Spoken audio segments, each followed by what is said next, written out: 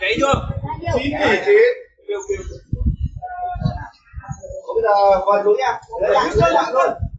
Lấy lặng thôi.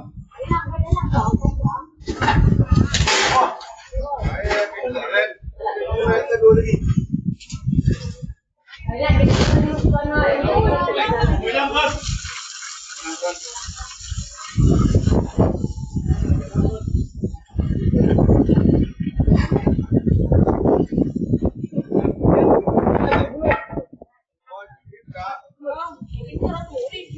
Không, không, không, người không có làm cái gì cái đấy.